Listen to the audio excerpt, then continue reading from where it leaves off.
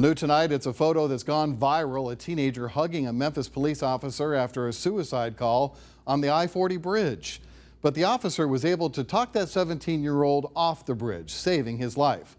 Our Rebecca Butcher spoke with her and is live downtown right now. Rebecca? Well, Richard, some are calling her a hero, even others still an angel. But if you ask Officer Tina Shaw, she would say this is just part of her everyday job, helping people. Also, too, this act of bravery, also compassion is showing, well, that officers, they have a heart too. An embrace she won't forget. The Spirit just led me to go there to see what was going on and who all was there. That started with a familiar nudge telling her she was needed. I got out at this point, he was already over the ledge. He was hanging over the ledge, and then he finally went all the way over, facing the water. It was a suicide call that came on the day of an officer-involved shooting.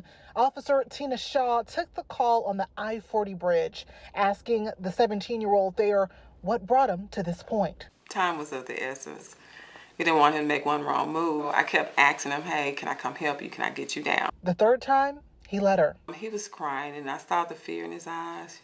And then, like I was telling him about me being a mother, I think that what kind of drove him home. She learned the 17-year-old is a young father and was worried about his job. He was crying. When I helped him get down, it's like we immediately just hugged each other. And I said, son, it's okay.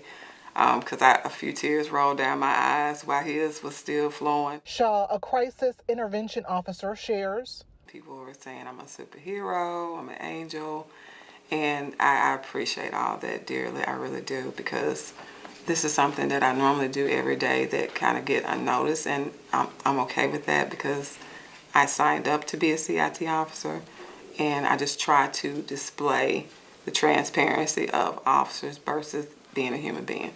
Who knows, that day on the bridge, she had more than a little help. Because I know it just wasn't me. It was God in me. From above.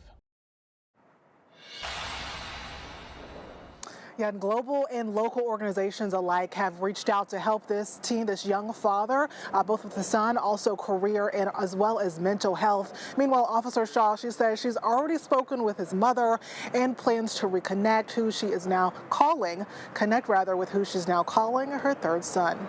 Reporting live tonight in downtown Memphis, I'm Rebecca Butcher.